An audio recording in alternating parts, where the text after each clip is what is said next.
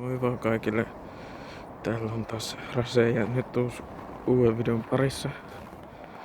Mun pitäisi käydä tässä kirjastossa tässä matkalla kirjastoon. Mulla on semmonen koulujuttu, mikä pitäisi tehdä. Semmonen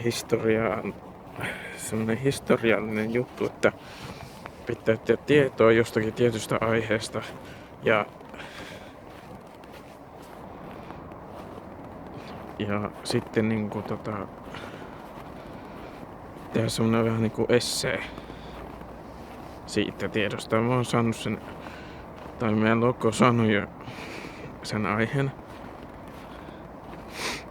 Ja nyt mä olisin menossa kirjastoon kirjoja sitä varten, mutta mä halusin, että mietin vähän, että mä voisin kuvata tässä videonkin matkan varrella, koska ei oo pitkä aika tullut videota siitä, kun niin kuin perusvlogailua ei ole tullut pitkä aikaa videota, niin mä ajattelen, että nyt olisi hyvä sauma sitten siihen. Ja siis mä pidin sen ihme Stravpolo-äänestyksen siitä, että mikä video ensin tupeen ja asiat, jotka ärsyttää tytöissä, voitti ehdottomasti sen.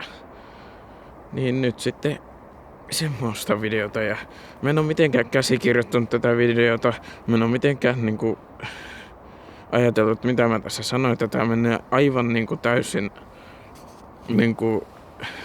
tästä noin vaan. Eli mä en oo hirveästi miettinyt, että mitkä ärsyttää. On me jotakin. Joo, kyllä tästä jotain hyvää tulee kuitenkin. Mutta siis toivottavasti tää kuvanlaatu.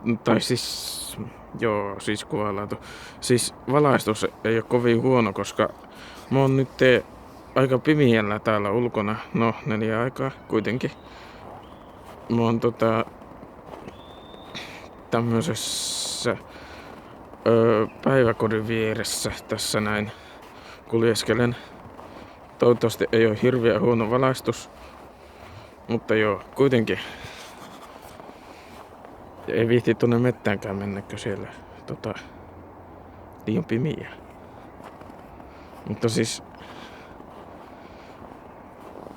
niin, asiat, jotka ärsyttää tytöissä, ja jos ensimmäinen vaikka olisi se, että täällä on vaikea puhua, kun täällä on hirveästi näitä vastaantulijoita ja näitä, mutta eihän ne tosiaan häiritä, mutta niin, ensimmäinen asia, että ainakin se, mitä mä oon itse kokenut ärsyttäväksi, niin se tyttöjen hiusten räpläys koko ajan. Siis aivan koko ajan. Siis, no ei nyt ihan koko ajan, mutta tosi usein. Se ärsyttää tosi paljon. Ja sitten se, että kun ne on aamulla, no joo, ihan perusjuttu, ne on aamulla tosi väsyneitä. Joo, kaikki ollaan väsyneitä esim. Koulussa. Ja sitten päivällä, kun kello lähenee 2 ja 1, niin ne on aivan niin villejä kuin vaan voi olla. Siis what? En nyt sanoisi, että niin, olipa taas tuli blackout, mutta niin, ainakin 2 nyt on tähän keksitty. Mä nyt hirveästi tästä voi keksiä mitään tytöistä, koska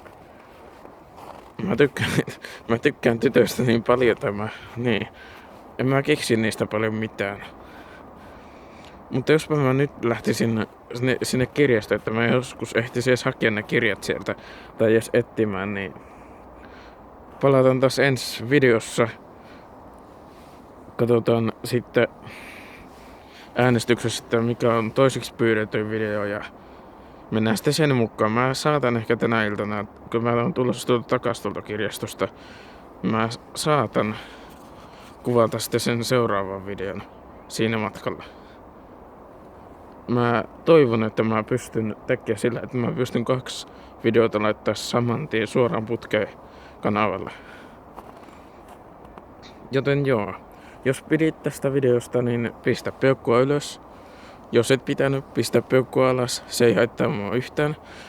Ja jos et ole vielä tilannut mun kanavaa, niin tilaa se tuolta alhaalta löytyvästä tilanapista. Ja me nähdään sitten ensi videossa, se olisi mun puolesta ensi kertaan, moi!